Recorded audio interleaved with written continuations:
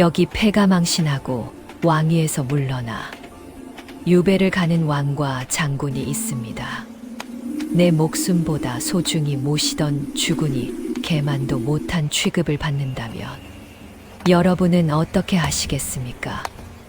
여기 이들을 치를 떨게 만든 야비할 때가 그지없는 한 사내가 있습니다. 믿음을 배신으로 되갚고 권력을 손에 쥐어 세상을 다 가진 사내. 그 사내에게 다시 복수하고 싶은 또 한 명의 사내. 10년의 굴욕을 피해 복수로 갚아준 어느 대장군의 기막힌 이야기 지금 바로 시작합니다. 구독과 좋아요는 꼭 눌러주세요. 감사합니다. 장군님, 제발 이러지 마십시오. 차라리 저를 죽이십시오. 찬바람이 뼛속까지 스미는 엄동설한 강원도 어느 끝자락에 쓰러져가는 초가삼간입니다. 지붕의 기와는 반쯤 날아가고 벽에 흙은 군데군데 무너져 내려 바람이 거침없이 파고듭니다. 한때 일국의 임금이었던 이는 이제 다 해진 무명옷 한 장에 몸을 떨며 눈물을 흘립니다. 그의 수염은 허옇게 새었고 한때 용포를 입었던 몸은 뼈만 앙상하게 남아 옷 속에서 덜덜 떨고 있었지요. 그 앞에는 조선 최고의 무인이라 불리던 강무석이 넙죽 엎드려 있습니다. 그런데 그의 꼴이 말이 아닙니다. 한쪽 소매는 텅 비어 있고 그 끝에서는 아물지 않은 상처가 끔찍한 흔적을 드러내고 있었습니다. 눈에는 허연 백태가 낀 채 초점 없이 허공을 응시하고 있었지요. 한때 천하무적이라 불리던 그 장군의 얼굴에는 깊은 칼자국이 가로지르고 등은 채찍 자국으로 얼룩져 있었습니다. 그래도 그는 무릎을 꿇고 떨리는 몸을 일으켜 세우며 말했습니다. 상감마마, 아니, 어르신, 소신이 오늘 저작거리에서 귀한 것을 얻어왔습니다. 어서 드시지요. 무석이 떨리는 손으로 내민 것은 누군가 먹다 버린 쉰 떡 조각과 생선 대가리뿐이었습니다. 그것도 개들이 물어뜯은 듯 너덜너덜했고 흙과 먼지가 묻어 있었지요.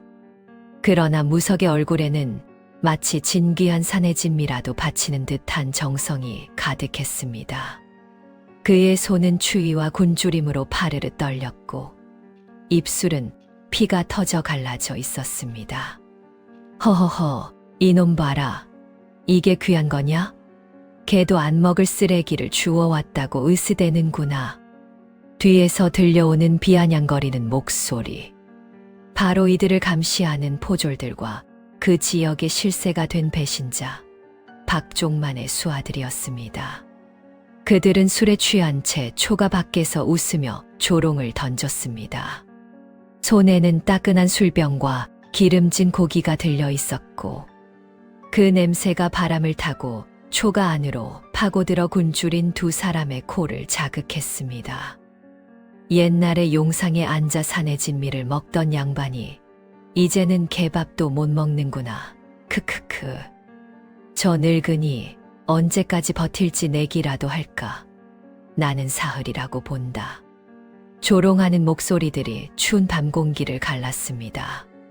그러나 무석은 그저 고개를 숙인 채 떨리는 손으로 패왕에게 그 초라한 음식을 권할 뿐이었습니다. 그때 화려한 비단 도포를 걸친 사내가 가마에서 내립니다. 바로 무석의 부관이었던 박종만입니다. 그는 이제 영의정의 자리에 올라 기고만장해져 있었지요. 그의 도포는 최상급 비단으로 지어진 것으로 햇빛에 반짝이며 온갖 화려한 수를 자랑했습니다. 허리춤에는 황금으로 장식된 띠를 두르고 손에는 백옥 장식이 달린 부채를 들고 있었습니다. 그를 따르는 수하들만 해도 10여 명이 넘었고 모두 칼을 차고 위풍당당하게 서 있었지요. 어이구, 이게 누구신가? 우리 무석이 형님 아니신가? 아니, 이제는 외파리 거지라고 불러야 하나? 아니면 애꾸는거린이라고 해야 맞나? 박종만은 코를 쥐어박으며 무석이 가져온 쉰 떡을 발로 짓밟아 뭉개버렸습니다. 그의 비단신은 그 더러운 떡 위를 거침없이 지시겼고 생선 대가리는 산산조각이 나 사방으로 흩어졌습니다. 그것은 무석이 온종의 굶주림을 참으며 저작거리를 헤매다가 간신히 얻어온 것이었습니다. 형님, 이게 뭔가 개도 안 먹을 쓰레기를 주워다가 상감마마께 바치려고 했단 말인가? 아이고, 웃겨서 배야. 옛날 생각나는구만. 그때 형님은 호랑이도 때려잡고 적장 수십 명을 베어 넘기던 천하장사 아니었나. 지금 꼴 좀 봐라. 한쪽 팔도 없고 눈도 안 보이고 이제는 동냥질이나 하는 신세로구만. 종만아, 내가 어찌 나한테 아니 상감마마께 이럴 수 있느냐. 우리가 함께 싸우지 않았더냐. 내가 죽을 위기에 처했을 때 이 무석이 목숨 걸고 구해준 것을 잊었느냐. 무석이 울먹이며 그의 바짓가랑이를 붙잡자 박종만은 가차없이 무석의 가슴팍을 걷어찼습니다. 과당탕 무석의 마른 몸이 마당 구석 계집 옆으로 나뒹굽니다. 그의 몸은 너무나 가벼워서 마치 허수아비처럼 날아가 버렸고 등이 계집 기둥에 세게 부딪히며 뚝 하는 소리가 났습니다. 늑골이 부러진 것이 분명했습니다. 이런 미친놈을 봤나. 상감마마는 무슨 저기 방구석에 처박힌 노인네는 이제 그냥 송장이나 다름없어. 새 임금님께서 폐위시킨 역적의 잔당일 뿐이지. 야, 개밥 가져와라. 빨리. 박종만은 부하가 가져온 누런 개밥 그릇을 무석의 머리 위에 쏟아부었습니다. 걸쭉한 죽대기가 무석의 머리와 얼굴을 타고 흘러내립니다. 곰팡이 핀 쌀과 썩은 채소, 뼈다귀가 섞인 그 진득한 액체가 그의 얼굴을 뒤덮었고 코와 입으로도 흘러들어갔습니다. 구역질 나는 냄새가 사방에 진동했지요. 형님 배고프다며 그거라도 핥아 먹어. 그래야 우리 상감마마 수발이라도 들 거 아니야? 하하하. 아, 그나저나 형님 눈도 안 보이는데 어떻게 찾아 먹으려나? 에이, 답답해. 내가 친절하게 바닥에도 좀 뿌려줄게. 박종만은 남은 개밥을 땅바닥에 마구 쏟아냈습니다. 진흙탕과 섞인 그 음식은 흙과 돌멩이, 지푸라기와 뒤엉켰습니다. 주변의 수하들은 배를 잡고 웃어댔고 포졸들도 덩달아 손뼉을 치며 조롱했습니다. 무석은 아무 말 없이 바들바들 떨더니 이내 땅바닥에 흩어진 밥알을 손으로 긁어 모으기 시작했습니다. 눈먼 연기를 하며 허공을 더듬는 그의 손등 위로 굵은 눈물방울이 툭툭 떨어졌지만 그는 멈추지 않았습니다. 한 손으로 바닥을 더듬으며 진흙과 뒤범벅된 밥알을 하나하나 주워 담았습니다. 손가락 사이로 피가 배어 나왔습니다. 돌멩이에 긁혀 상처가 난 것이었지요. 크크크, 저것 봐라. 정말 개처럼 바닥을 핥고 있네. 한때 천하의 장군이라던 위인이 이 꼴이라니. 세상 참 재미있어. 박종만은 그것도 모르고 침을 뱉으며 유유히 사라졌습니다. 그의 웃음소리가 멀어져 가는 동안에도 무석은 묵묵히 땅바닥을 더듬었습니다. 그리고 떨리는 손으로 주워 모은 밥알을 품속 깊이 감추었습니다. 초가 안에 계신 예짐금님께 드릴 양식이었습니다. 그날 밤 박종만이 떠나고 정막이 흐르는 초가집. 달빛조차 구름에 가려 깜깜한 어둠만이 초가를 뒤덮고 있었습니다. 바람 소리만이 쓸쓸히 지붕을 흔들고 먼 곳에서는 개 짖는 소리가 간간히 들려왔습니다. 낮에 멍청하게 웃으며 매질을 당하던 무석의 눈빛이 순식간에 날카로운 칼날처럼 변했습니다. 그는 백태 낀 눈을 비벼 닦아내고는 구석진 마룻바닥 밑에서 낡은 가죽 자루 하나를 꺼냈습니다. 먼지가 풀풀 날리는 그 자루는 오래되어 곳곳이 헤어져 있었지만 그 무게감만큼은 여전했습니다. 무석의 손길은 조심스러웠습니다. 마치 잠든 아이를 깨우지 않으려는 어미의 손길처럼 말이지요. 그 안에는 녹슨 것처럼 보이지만 날마는 시퍼렇게 살아있는 그의 애검 진충검이 잠들어 있었습니다. 칼집을 벗기자 희미한 달빛에도 푸른 빛이 서렸습니다. 이 칼로 그는 수백 명의 적장을 베었고 나라의 위기를 수차례 구해냈습니다. 칼날에는 세월의 흔적이 배어 있었지만 그 얘기만큼은 조금도 꺾이지 않았습니다. 칼을 쥔 무석의 손이 파르르 떨렸습니다. 분노인지 슬픔인지 아니면 그리움인지 알 수 없는 감정이 그의 온몸을 휘감았습니다. 상감마마, 조금만 더 참으시옵소서. 저놈들의 목을 베어 마마의 발치에 바칠 날이 멀지 않았습니다. 신이 반드시 마마를 다시 용상에 올려드리겠나이다. 무석은 외팔로 칼자루를 꽉 쥐었습니다. 그의 소나기 힘에 단단한 가죽 칼자루가 으스러질 듯 소리를 냈습니다. 핏줄이 붉어져 나오고 손등의 힘줄이 도드라졌습니다. 그의 눈에서는 뜨거운 눈물이 주르르 흘러내렸습니다. 하지만 그것은 슬픔의 눈물이 아니었습니다. 복수의 불길이 타오르는 피눈물이었습니다. 10년입니다. 10년 동안 그는 바보 노릇을 하며 전국에 흩어진 충신들을 모으고 정보를 캐내왔던 것입니다. 겉으로는 눈먼 외팔이 거지 노릇을 하며 박종만 일당의 비위를 맞췄지만 그 이면에서는 치밀하게 복수의 칼날을 갈아왔습니다. 저작거리를 헤매며 동냥을 할 때마다 그는 백성들의 원성을 들었습니다. 박종만과 새 조정의 탐욕이 얼마나 극심한지, 세금이 얼마나 가혹한지, 억울하게 죽어간 충신들의 가족이 얼마나 많은지를 귀동냥했습니다. 매질을 당하며 바닥에 나뒹굴 때마다 그는 적들의 허점을 파악했습니다. 누가 어디에 주둔하고 있는지, 어느 장수가 불만을 품고 있는지, 무기고는 어디에 있고 병력 배치는 어떻게 되어 있는지를 낱낱이 기억했습니다. 밤마다 그는 이렇게 진충검을 꺼내 닦으며 맹세했습니다. 조금만 더 참자. 때가 오면 단칼에 모든 것을 끝낼 수 있다. 그의 가슴 속에는 복수의 지도가 그려져 있었습니다. 누구를 먼저 치고 어느 성을 먼저 탈환하고 어떻게 박종만의 목을 벨 것인지가 빈틈없이 계획되어 있었지요.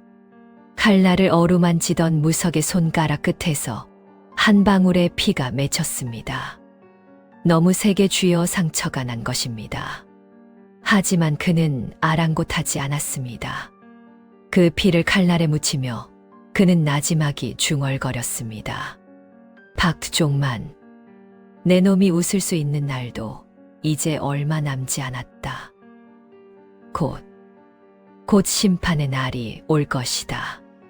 박종만이 다녀간 뒤 무석은 여전히 낮에는 눈먼 거지 행세를 하며 저작거리를 떠돌았습니다.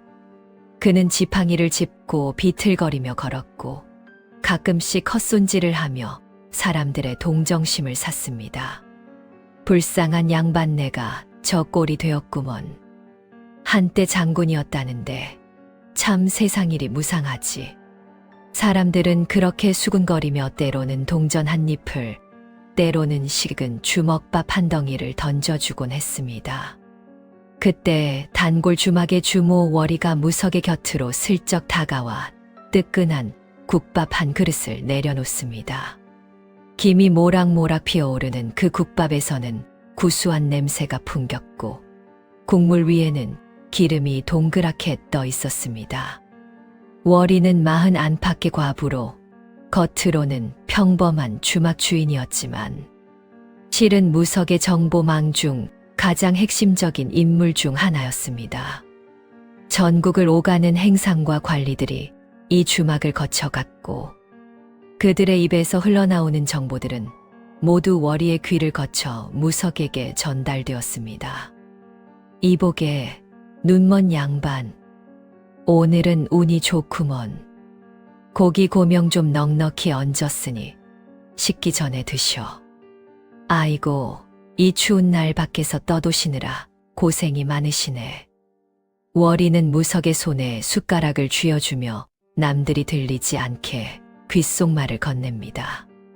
그녀의 목소리는 낮고 차분했지만 그 안에 담긴 긴장감은 숨길 수 없었습니다. 대장군님, 때가 왔습니다. 이번 보름날 박종만이 한양에서 영의정 취임 10주년 잔치를 크게 연답니다. 전국의 권력자들은 물론 새 임금까지 참석한다고 하더군요.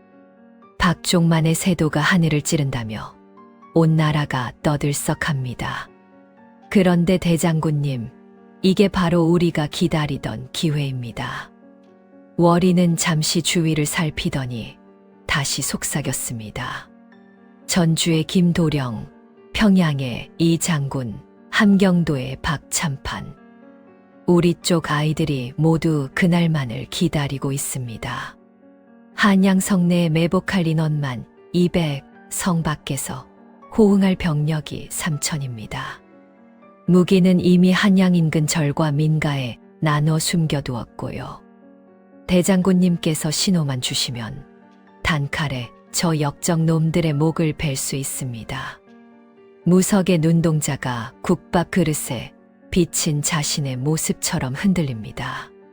10년을 기다린 그 순간이 드디어 코앞에 다가온 것입니다.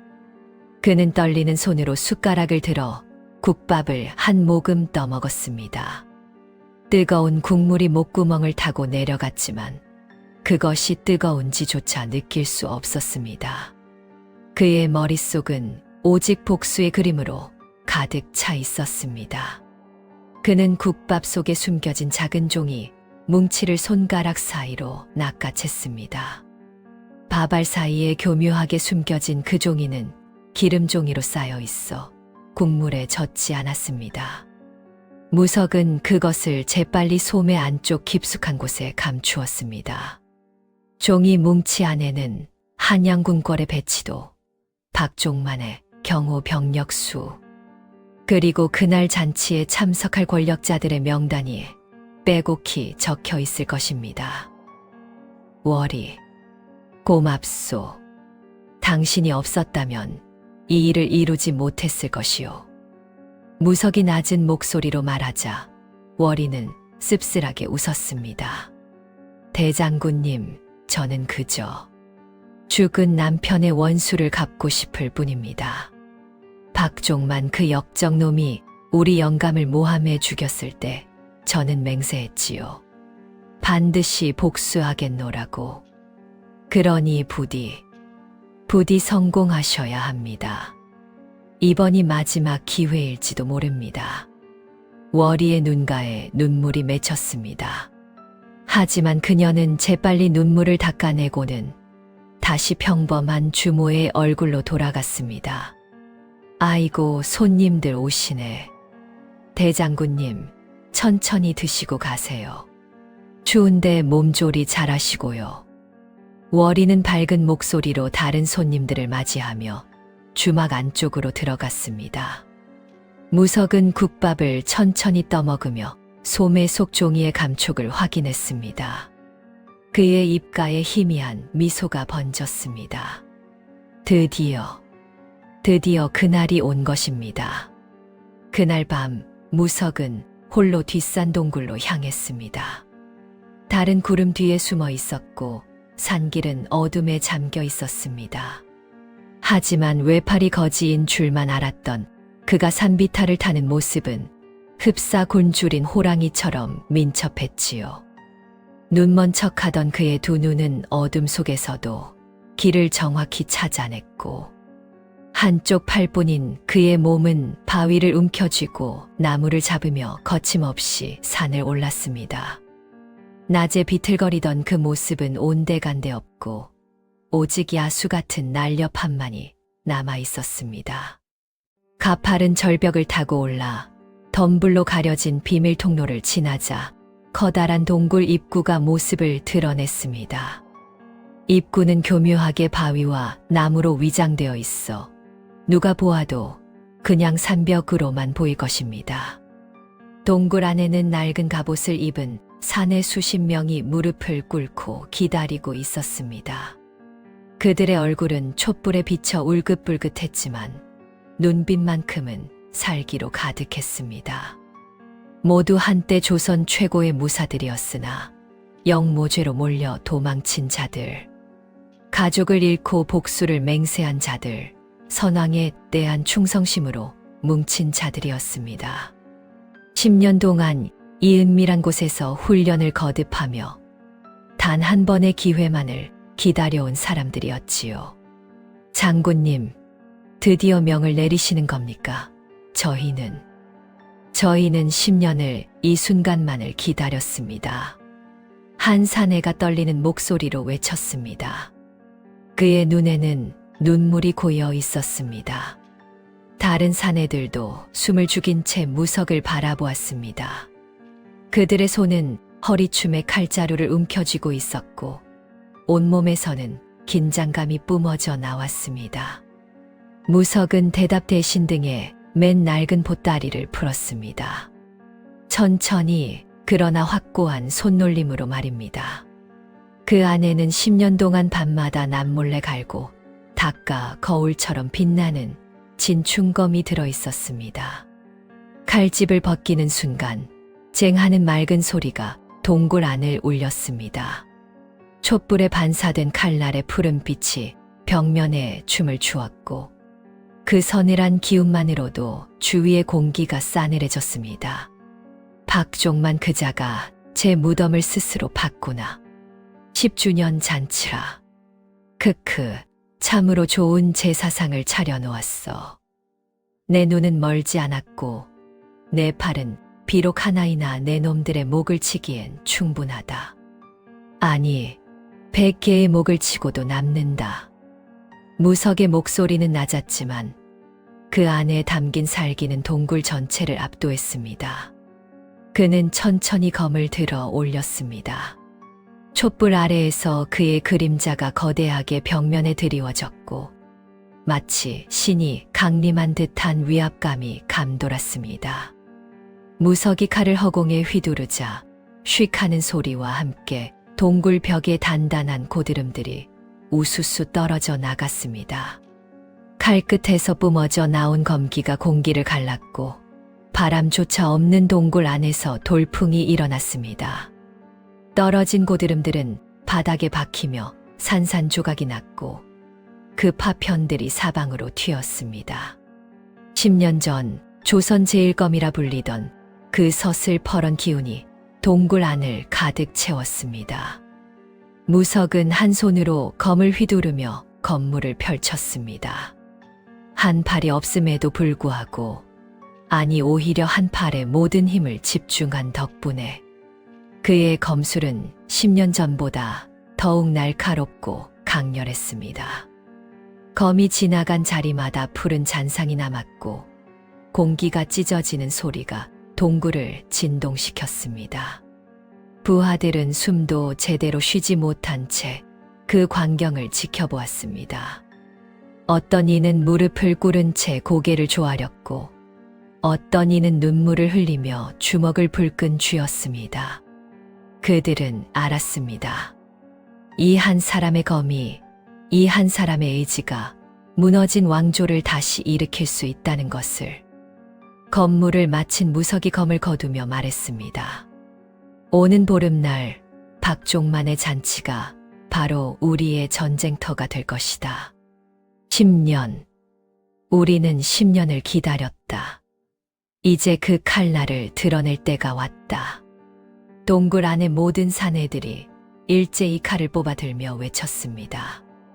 명을 받들겠나이다, 대장군님.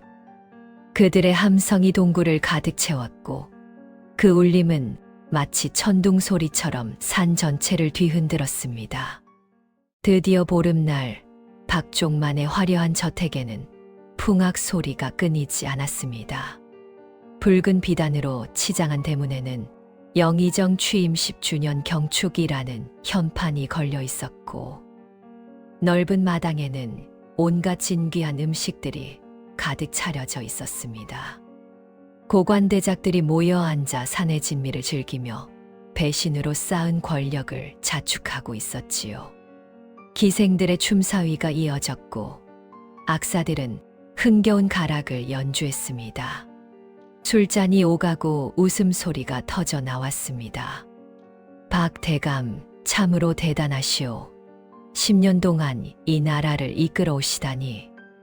그렇소. 박 대감 아니었으면 우리가 어찌 이 자리에 앉아 있겠소. 권력자들은 박종만에게 아첨하느라 정신이 없었고 박종만은 그 아첨을 즐기며 거만하게 웃고 있었습니다. 그때 저택 대문 앞에 넝마를 걸친 거지가 나타났습니다. 바로 무석이었습니다. 그의 모습은 비참했습니다. 해진 옷에 먼지가 뒤덮여 있었고 얼굴은 때로 범벅이 되어 있었으며 한쪽 소매는 텅 비어 있었습니다. 그는 지팡이를 짚고 비틀거리며 대문 앞으로 다가왔습니다. 허허, 나리들. 이 좋은 날 소인도 고기 한 점만 주십시오. 배가 너무 고파 죽을 지경이옵니다. 제발 자비를 베풀어 주십시오. 무석은 애원하듯 손을 내밀었습니다. 그의 목소리는 떨렸고 눈빛은 초점이 없었습니다. 완벽한 눈먼 거지의 연기였지요.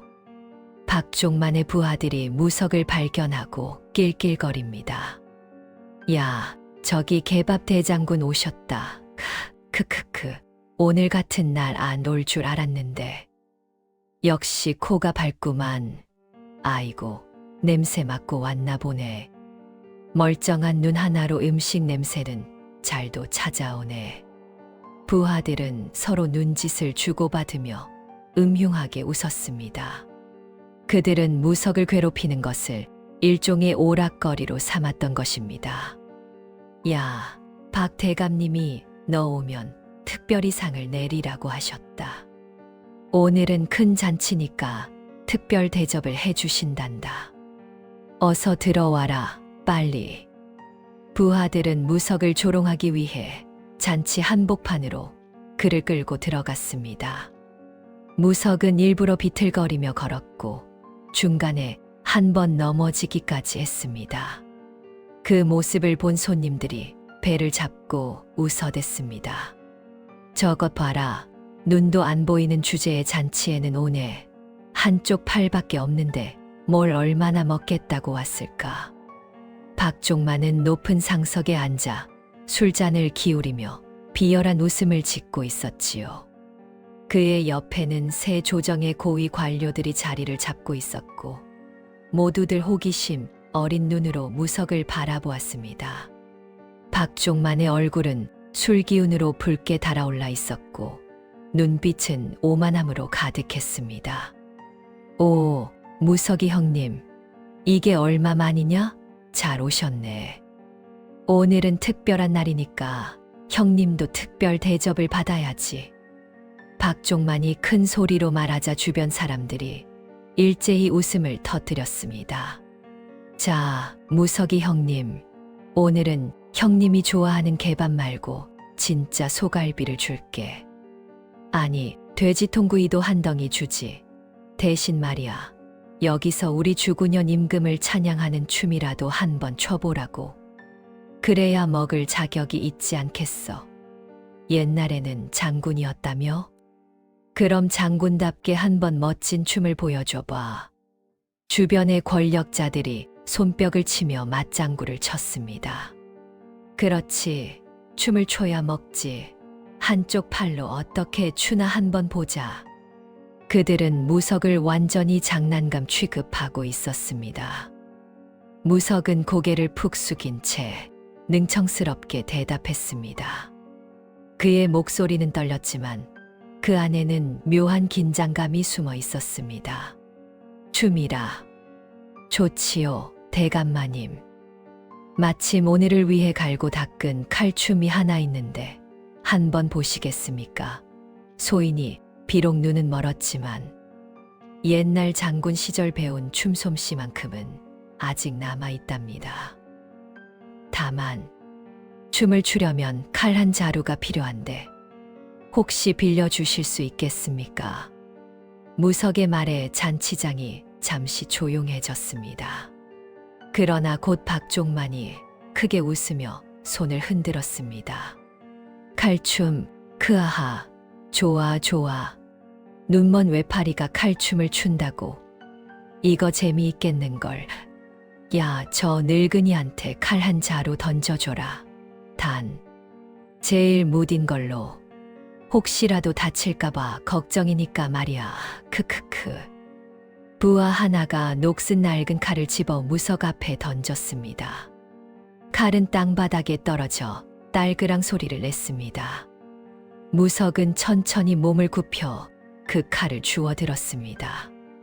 그의 손가락이 칼자루를 감싸는 순간 눈빛이 번쩍였지만 아무도 그것을 알아채지 못했습니다.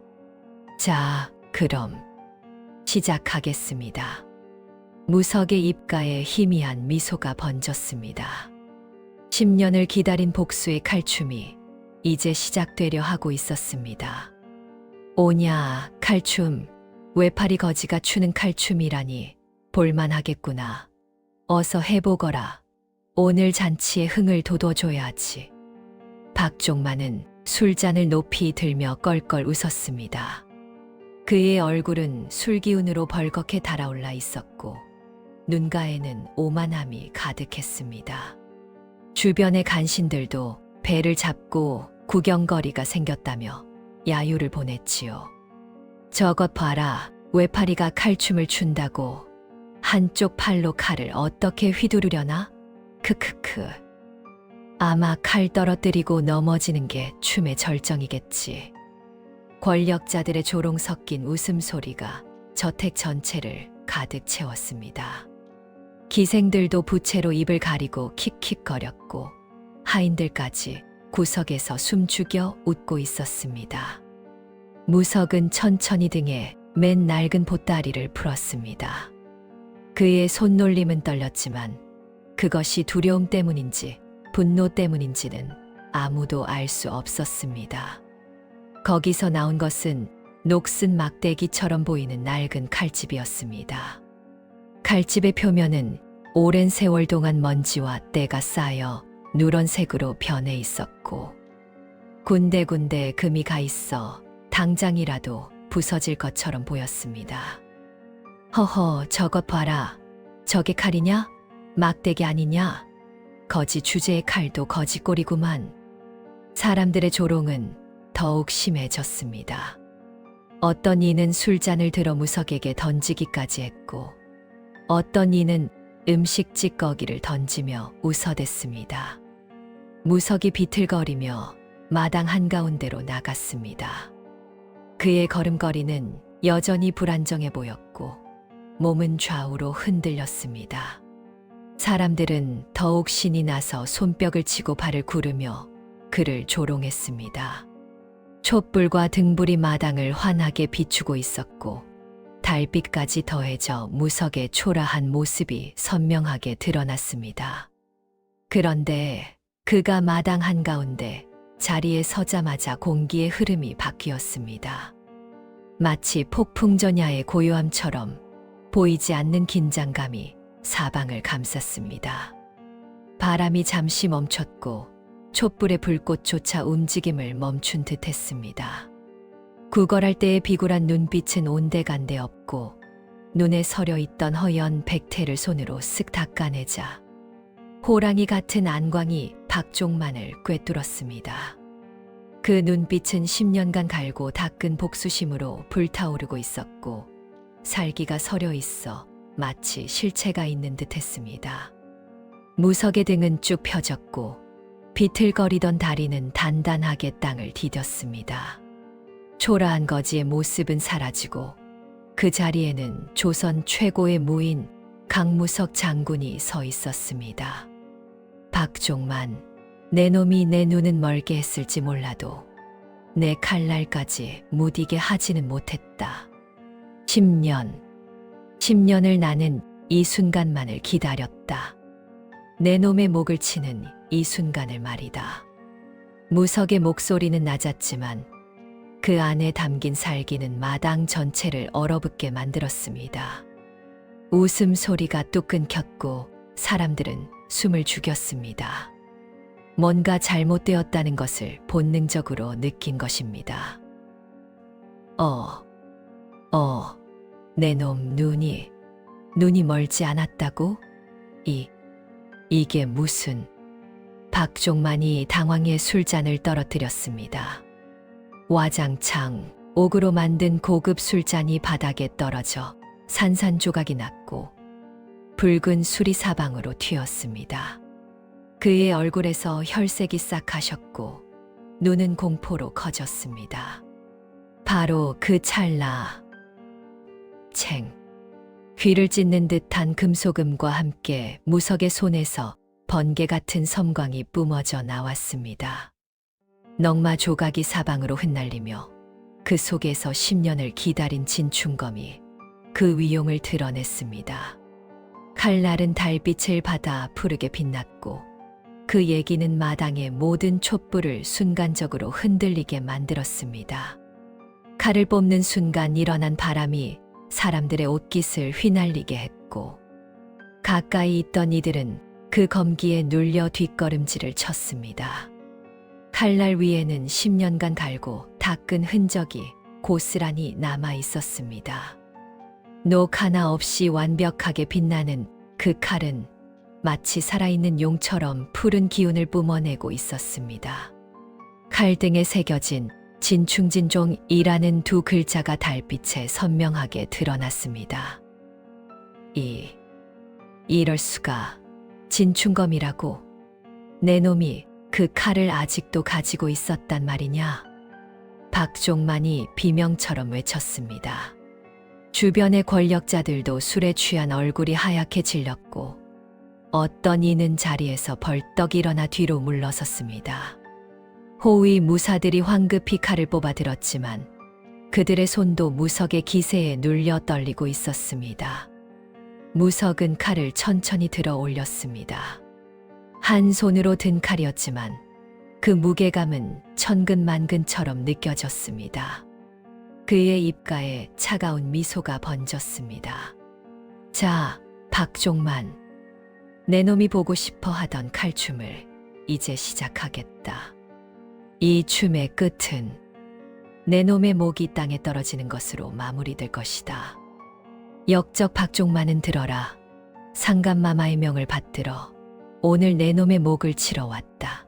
10년 전 내 놈이 저지른 반역과 배신의 죗값을 받을 때가 왔노라. 무석의 외침이 천둥소리처럼 대궐 같은 저택에 울려 퍼졌습니다. 그의 목소리는 10년간 억눌러 왔던 분노와 한이 폭발하듯 터져 나왔고 그 울림은 저택의 기둥과 벽을 진동시켰습니다. 마당에 있던 모든 사람들의 귀가 먹먹해질 정도였습니다. 술에 취해 흐느적거리던 권력자들은 그제야 정신을 차리고 공포에 질린 얼굴로 사방을 둘러보았습니다. 무석이 외팔로 칼을 휘두르자 달려들던 호위 무사. 서너 명의 비명도 지르지 못한 채 추풍낙낙 낙엽처럼 쓰러졌습니다. 쥐익 과당. 첫 번째 무사의 칼이 허공을 갈랐지만 무석의 검은 그보다 3배는 빨랐습니다. 칼날이 무사의 목을 스치는 순간 그는 눈이 휘둥그레진 채 고꾸라졌습니다. 두 번째 무사는 창을 들어 찔러왔지만 무석은 몸을 살짝 비틀며 창을 피하고는 역으로 그의 가슴팍을 베어버렸습니다. 세 번째, 네 번째 무사는 양쪽에서 협공했지만 무석의 칼은 마치 살아있는 뱀처럼 휘감아 돌며 두 사람을 동시에 베어냈습니다. 피가 사방으로 튀었습니다. 화려한 비단 도포에 잔치상 위에 기생들의 얼굴에까지 붉은 핏방울이 튀었습니다. 비명 소리가 터져 나왔고 사람들은 우왕좌왕하며 도망치기 시작했습니다. 아름다운 춤과 노래로 가득했던 잔치마당은 순식간에 아비규환의 지옥으로 변했습니다. 막아라, 저 미친놈을 당장 죽여버려. 저놈의 목을 가져오는 자에게 천금을 주겠다. 박종만이 사색이 되어 뒤로 넘어졌습니다. 그는 상석에서 굴러떨어지며 바닥에 나뒹굴었고 화려한 도포는 술과 음식으로 범벅이 되었습니다. 그의 얼굴은 공포로 일그러져 있었고 입술은 바들바들 떨렸습니다. 10년 동안 자신이 멸시하고 짓밟았던 그 외파리 거지가 실은 복수의 칼날을 갈고 있었다는 사실에 그는 오금이 저렸습니다. 하지만 이미 늦었습니다. 콰르릉, 쾅. 담벼락을 넘어 무석에 결사돼 수십 명이 잔치상 위로 번개처럼 내려앉았습니다. 그들은 모두 검은 옷으로 온몸을 감싸고 있었고 손에는 번쩍이는 칼을 들고 있었습니다. 10년간 이 순간을 준비해온 정예 중의 정예들이었습니다. 상감마마를 위하여 역적들을 처단하라. 충신들의 원수를 갚자. 결사대의 함성이 하늘을 찔렀습니다. 그들은 담을 넘자마자 곧바로 박종만의 호위 무사들과 간신배들을 향해 칼을 휘둘렀습니다. 잔치상은 순식간에 뒤집어졌고 산의 진미는 바닥에 흩어졌습니다. 옥으로 만든 술잔과 은으로 만든 그릇들이 와장창 깨지며 사방으로 흩어졌습니다. 잔치 마당은 순식간에 역적들을 심판하는 처형장으로 변했습니다. 쟁, 가강, 쿵. 칼과 칼이 부딪히는 소리, 비명소리, 고함소리가 뒤섞였습니다. 박종만의 호위 무사들이 칼을 뽑아 막아섰지만 10년간 복수만을 위해 훈련한 결사대의 적수가 될 리 없었습니다. 1명, 2명, 3명. 호위 무사들이 쓰러져 갔습니다. 권력자들은 비명을 지르며 도망쳤습니다. 살려주시오. 우리는 억울하오. 하지만 결사대는 가차 없었습니다. 10년 전 선왕을 배신하고 충신들을 죽이는데 가담했던 자들, 백성들을 수탈하고 권력을 탐했던 자들, 그들의 명단은 이미 결사대의 손에 쥐어져 있었습니다. 기생들과 악사들, 하인들은 구석으로 몸을 피했습니다. 결사대는 죄 없는 백성들은 건드리지 않았습니다. 오직 역적들만을 노렸습니다. 박종만, 어디 숨었느냐, 나와라. 무석이 핏빛 칼을 들고 외쳤습니다. 그의 눈은 사방을 훑었고 마침내 저택 안쪽으로 기어가는 박종만의 모습을 발견했습니다. 박종만은 비단도포를 질질 끌며 필사적으로 도망치고 있었습니다. 도망칠 수 있을 것 같으냐, 박종만. 10년을 기다렸다. 내 놈의 목은 내 것이다. 무석이 바람처럼 달려갔습니다. 그의 뒤를 결사대 몇 명이 따랐습니다.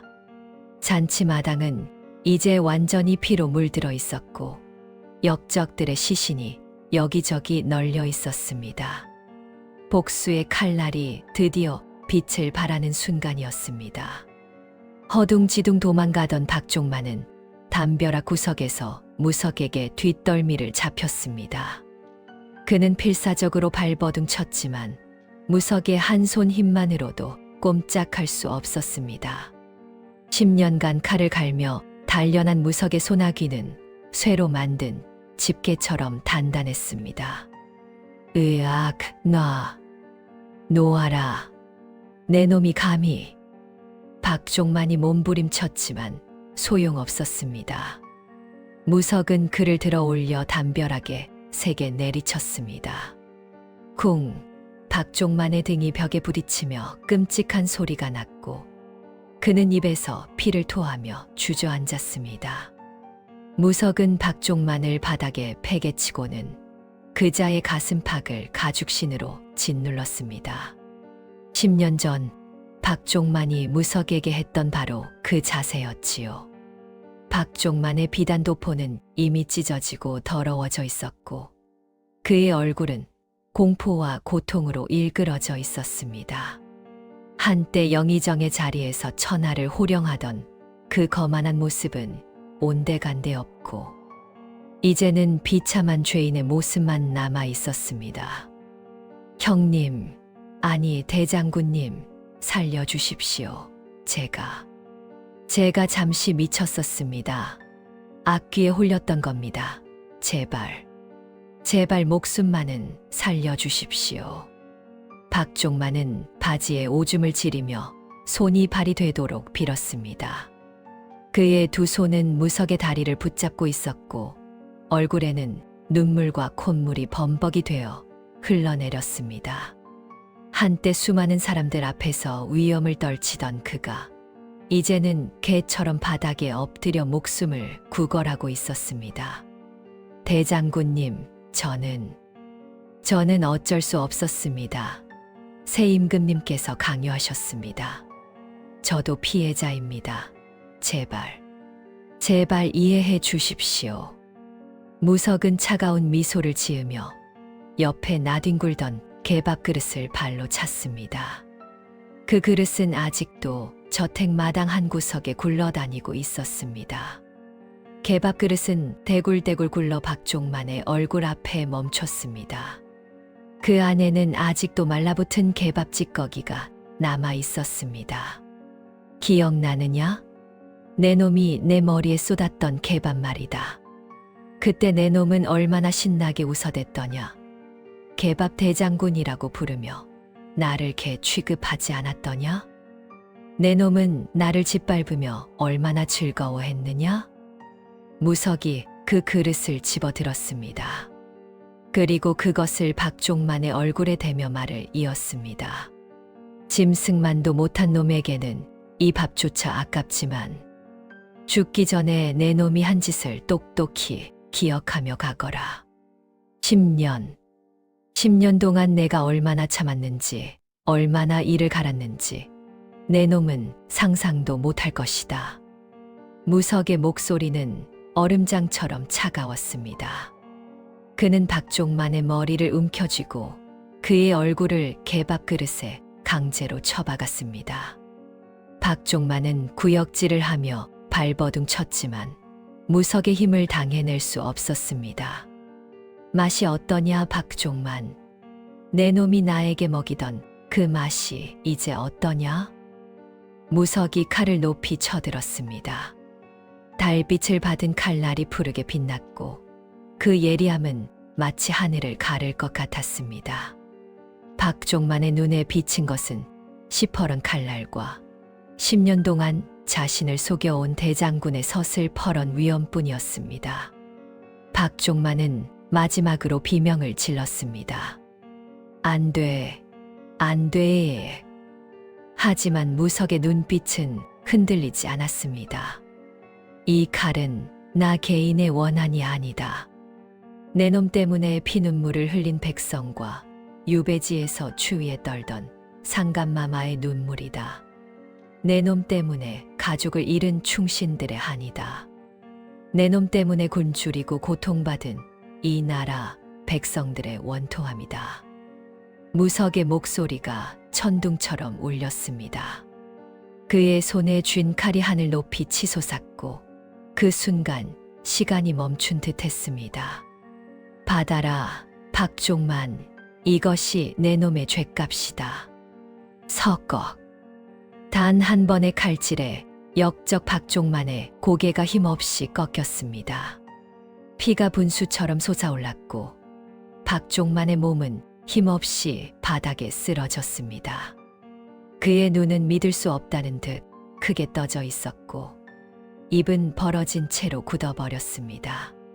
10년간 이 나라를 농단하고 충신들을 죽이고 백성들을 괴롭혔던 역적의 마지막은 그렇게 비참하게 끝이 났습니다. 10년의 묵은 체증이 단번에 내려가는 순간이었습니다. 무석은 칼을 거두며 하늘을 올려다보았습니다. 달은 여전히 밝게 빛나고 있었고 별들이 반짝이고 있었습니다. 그의 눈에서 뜨거운 눈물이 주르르 흘러내렸습니다. 분노의 눈물이 아니라 해원의 눈물이었습니다. 상감마마, 신이 드디어 해냈습니다. 이놈의 목을 베었습니다. 무석의 목소리는 떨렸지만 그 안에는 깊은 안도감이 담겨 있었습니다. 주변에서는 결사대가 남은 역적들을 소탕하는 소리가 들렸고 승리의 함성이 밤하늘을 가득 채웠습니다. 복수는 이루어졌습니다. 10년간 기다린 그 복수가 박종만의 머리가 마당에 떨어지고 영모를 꾀했던 간신들이 줄줄이 포박되었습니다. 결사대는 신속하게 저택 전체를 장악했고 도망치려던 역적들을 하나하나 붙잡아냈습니다. 비명소리와 애원하는 소리가 여기저기서 들렸지만 10년간 백성들을 괴롭힌 그들에게 자비는 없었습니다. 대장군님, 주요 역적들은 모두 사로잡았습니다. 박종만의 측근들도 전부 묶었습니다. 결사대원들이 차례로 보고를 올렸습니다. 무석은 고개를 끄덕이며 피 묻은 칼을 천으로 닦아냈습니다.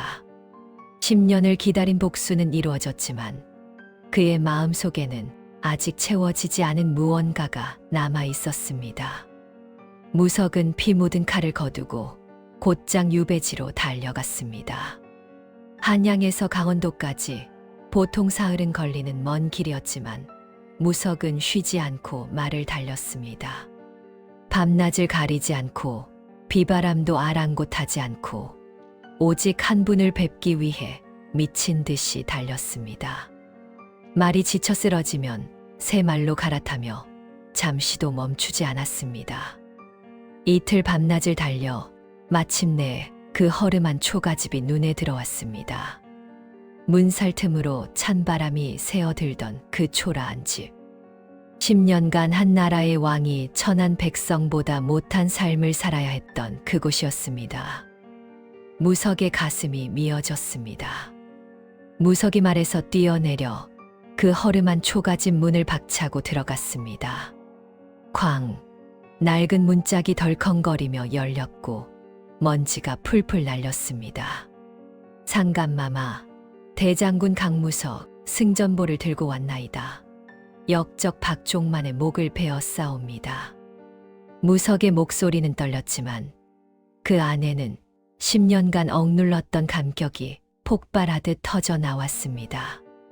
그는 단정하게 관복을 갖춰 입은 결사대원들과 함께 흙바닥에 무릎을 꿇었습니다. 결사대원들도 모두 고개를 조아리며 눈물을 흘렸습니다. 그들 중 누구도 이 순간을 믿을 수 없다는 듯 몸을 떨었습니다. 초가 안은 여전히 춥고 누추했습니다. 방바닥에는 거적대기 하나 제대로 깔리지 않았고 벽은 군데군데 구멍이 나 있었습니다. 그 한가운데 누더기를 걸친 노인이 앉아 계셨습니다.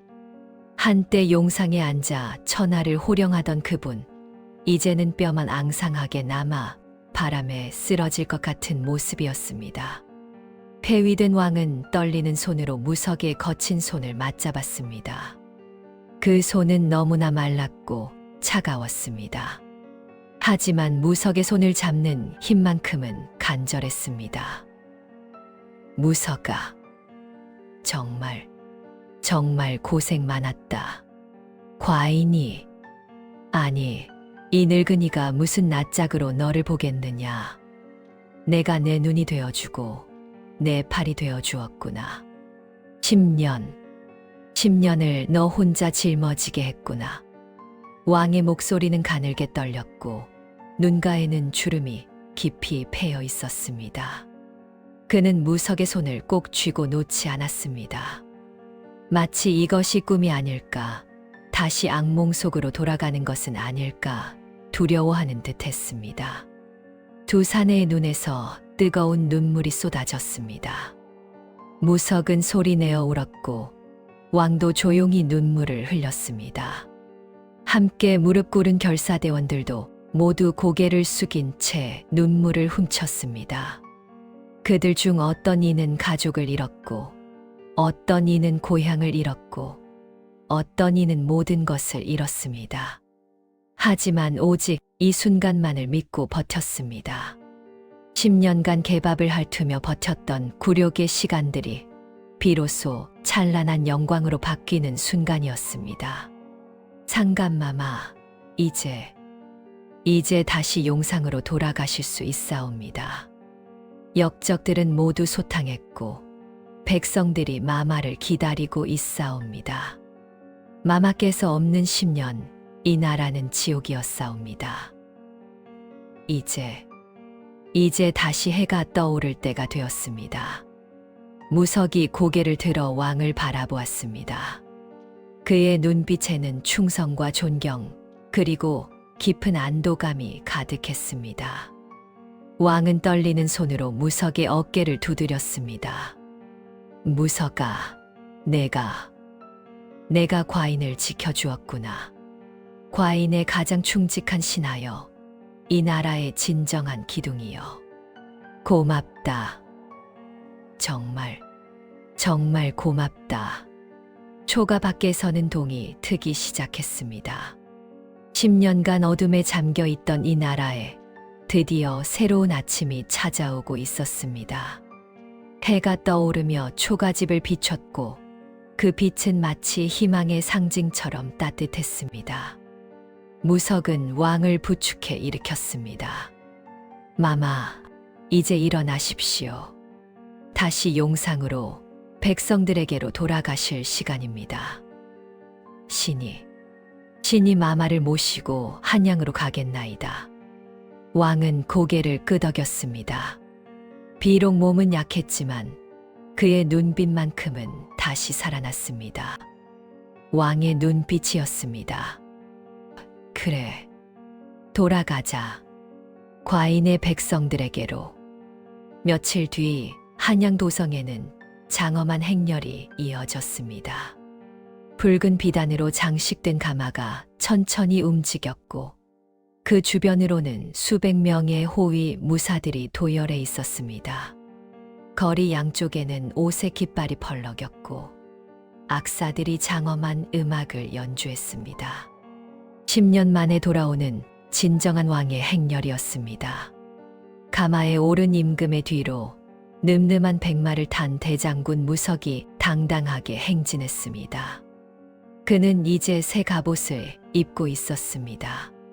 반짝이는 은빛 갑옷에는 용문양이 새겨져 있었고 허리춤에는 진충검이 당당히 걸려 있었습니다. 비록 한쪽 팔은 여전히 없었지만 그의 위풍당당한 모습은 누구보다 빛났습니다. 백마는 힘차게 발굽을 구르며 전진했고 무석의 눈빛은 자부심으로 가득했습니다. 백성들은 길가에 나와 꽃가루를 뿌리며 환호했습니다. 남녀노소 할 것 없이 모두 거리로 쏟아져 나왔고 어떤 이는 울며 손을 흔들었고 어떤 이는 무릎을 꿇고 고개를 조아렸습니다. 만세, 만세, 상감마마 만세, 대장군님 만세. 환호성이 하늘을 찔렀습니다. 10년간 억압과 착취에 시달렸던 백성들은 진정한 왕의 귀환을 진심으로 기뻐했습니다. 저기 봐라, 저분이 바로 눈먼 거지 행세를 하며 임금님을 지킨 강 장군님이시다. 10년을 참고 견디셨다지.